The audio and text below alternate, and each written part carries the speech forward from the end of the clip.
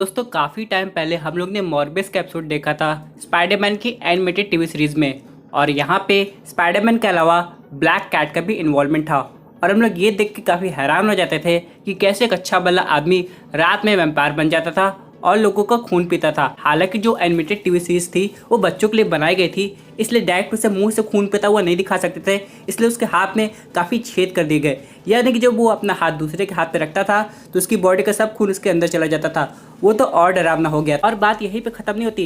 Episode के and में हम लोग ये भी देखते हैं कि डॉक्टर माइकल मॉर्बियस पूरी तरीके से वैम्पायर बन गए हैं। यानी कि अब उनके बीच में इंसानों और वैम्पायर जैसी कोई चीज़ रही नहीं और वे केव में जाकर रहते थे। वो एपिसोड सही में काफ़ी ज़्यादा हैरान करने वाला था। लेकिन ऑल टुगेदर जब हम लोग मॉर्बियस मूवी देखते हैं तो हम लोग की एक्सपेक्टेशन कहीं और चली जाती है। हालांकि यहाँ पे सोनी पिक्चर्स काफ़ी अच्छा काम कर रहा है। 2 पार्ट वेनम के लिए आया, उसके बाद क्रेवन द हंटर के लिए आएगा। यानी कि स्पाइडरमैन से रिलेटेड जितने भी कैरेक्टर्स हैं जो कि आगे जाके स्पाइडरमैन का सामना कर सकते हैं, उनकी मूवीज़ को बनाने की काफ़ी बढ़िया कोशिश चल रही है। और जब मैं आज मॉर्बियस को देख के आया तो यहाँ पे थोड़ा सा मुझे डाउट लगा कि यहाँ पे इसकी स्टोरी लाइन को इतना डिले क्यों किया गया। आप लोग को पता है ये मूवी 1 नहीं 2 नहीं बल्कि 3 से 4 बार डिले हो चुकी थी और अब जाके यानी कि 1 अप्रैल के दिन ये मूवी रिलीज हुई। हालांकि यहाँ पे ये मूवी को मैं वेनम से तो बढ़िया नहीं कहूँगा, लेकिन अगर हम लोग इसे कंपेयर करें Venom let there be Carnage से तो पता नहीं क्यों उससे थोड़ी सी बेटर लगी। हालांकि यहाँ पे ऑडियंस के ओपिनियन डिफरेंट हो सकते हैं, उनको हो सकता है Venom let there be Carnage Morbius से ज़्यादा बेटर लगी हो। लेकिन ऑल टुगेदर यहाँ पे बात समझने की है कि इस मूवी का कनेक्शन और स्पाइडरमैन का जो इम्पैक्ट है वो काफ़ी लंबा जाने वाला है। ऐसा क्यों, आज हम लोग इसी के पोस्ट क्रेडिट सीन में समझने की कोशिश करते हैं। तो दोस्तों कंप्लीट वीडियो को स्टार्ट करने से पहले आप लोग कर दीजिए वीडियो को लाइक और कमेंट करके बताइए कि अगर आपने मॉर्बियस मूवी देख ली है तो आप इसे 5 में से कितना स्टार देंगे। साथ ही साथ जो लोग मेरे चैनल पर नए, मेरे चैनल को सब्सक्राइब करके हमारी कॉमिक बुक टॉक्स फैमिली का हिस्सा बन जाइए। तो दोस्तों हम लोग शुरुआत करते हैं बिल्कुल नई अपडेट से। अब सबसे पहले यहाँ पे 2 टाइप के पोस्ट क्रेडिट सीन दिखाए गए। अब यहाँ पे जो पहला सीन था, यहाँ पे हम लोग देख सकते थे वल्चर को, जो कि ऐसा देखने से लग रहा था कि अचानक टेलीपोर्ट होके किसी प्रिजन के अंदर आ गया है। अब यहाँ पे ये देख के काफी अजीब सा लगता है क्योंकि ये सब हुआ है डॉक्टर स्ट्रेंज की स्पेल की वजह से।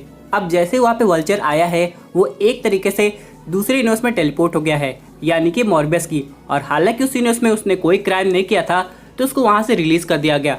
अब जैसे वो बाहर आता है उसको काफ़ी अजीब लगता है और उसको लगता है ये सबके लिए जिम्मेदार और कोई नहीं बल्कि स्पाइडरमैन है। हालांकि वो स्पाइडरमैन की रियल आइडेंटिटी नहीं जानता कि वही पीटर पार्कर है, लेकिन उसे इतना पता है कि स्पाइडरमैन को तो भैया अच्छे सबक सिखाना है। टुगेदर यहाँ दूसरा क्रेडिट सीन दिखाया जाता है जहाँ पे हम लोग देखते हैं मॉर्बियस को, जो कि एक वियर्ड सी लोकेशन पे पहुंचता है और वहाँ पे अचानक हम लोग वल्चर को उसके कॉस्ट्यूम में देखते हैं।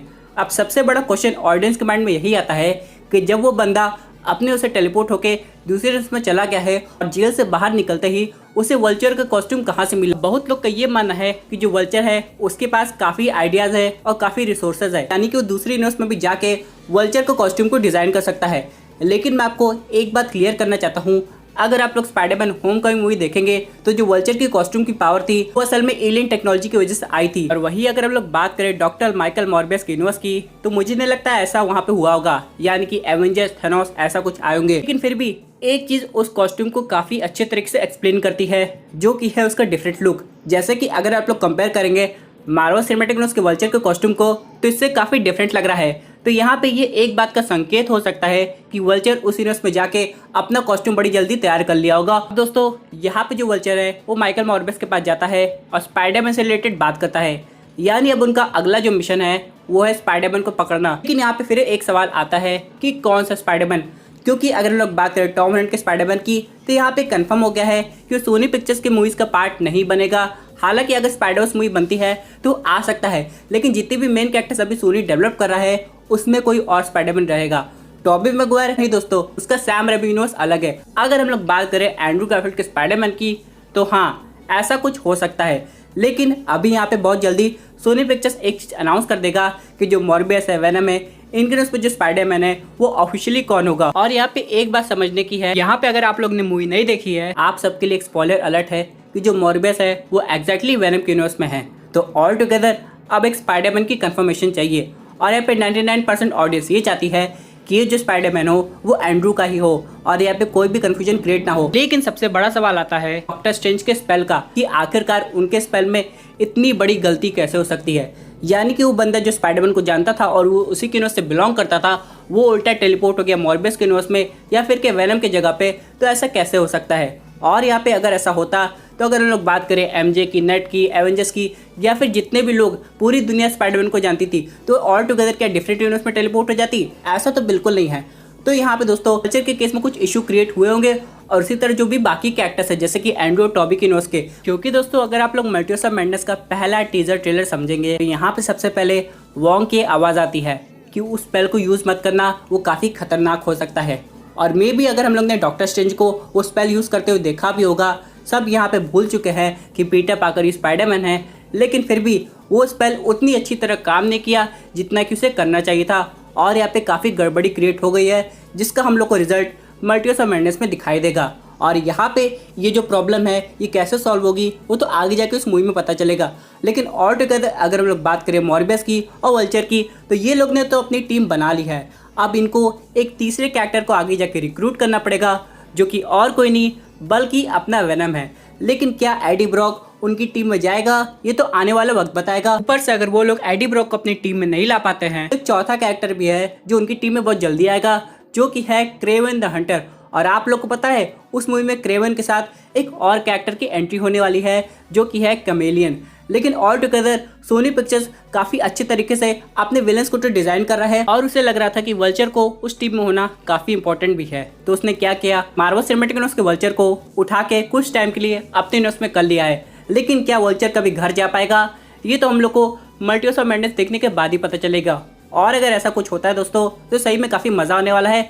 लेकिन अभी तक ये जो सीक्रेट है वो ठीक तरीके से रिवील नहीं हुआ कि भाई अगला स्पाइडरमैन कौन है। क्या यहाँ पे कोई नया चौथा स्पाइडरमैन आएगा, जो कि ना टॉम है, ना टॉबी, और ना ही एंड्रू। यानी ऑल टुगेदर सोनी पिक्चर्स कुछ ऐसा करने वाला है जो किसी ने नहीं सोचा था।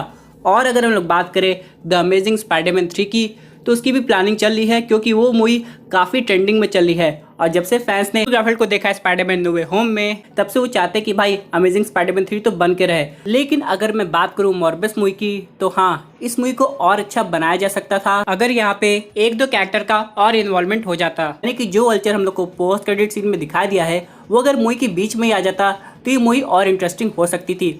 और अगर हम लोग बात करें स्पाइडरमैन की, तो हाँ, अगर स्पाइडरमैन का भी इन्वॉल्वमेंट होता और ब्लैक कैट भी आ जाती, यानी कि जैसा कि हम लोग ने एनिमेटेड टीवी सीरीज के एपिसोड में देखा है, एग्जैक्टली उसी का एक मूवी बना देते, तो ये मूवी तो सुपर हिट जाती, इसे कोई रोक नहीं सकता था। ये जो वल्चर वाला सीन हम लोग को देखने को मिला है, वही एक मेन रीजन था जिसकी वजह से ये मॉर्बियस मूवी काफ़ी डिले हो रही थी। यानी इसे तो आना था नो वे होम से भी पहले, लेकिन अब यहाँ पे सीन में काफ़ी कुछ चेंजेस कर दिए गए और यहाँ पे स्पाइडरमैन को रिवील नहीं किया गया। तो ऑल टुगेदर हम लोग को ये देखना पड़ेगा कि मॉर्बियस की पार्ट 2 बनती है कि नहीं। दोस्तों ये थी अमेजिंग अपडेट जो कि रिलेटेड थी मॉर्बियस के पोस्ट क्रेडिट सीन से। आई होप आपको वीडियो पसंद आई होगी। वैसे आपकी क्या व्यूज पर्टिकुलर टॉपिक पे अपने व्यूज जरूर कमेंट कीजिए। और दोस्तों अगर आप ऐसे सुपर हीरो कंटेंट एंजॉय करना चाहते हैं तो हमारे चैनल को सब्सक्राइब करके हमारी सुपर हीरो फैमिली का हिस्सा बन जाएगा।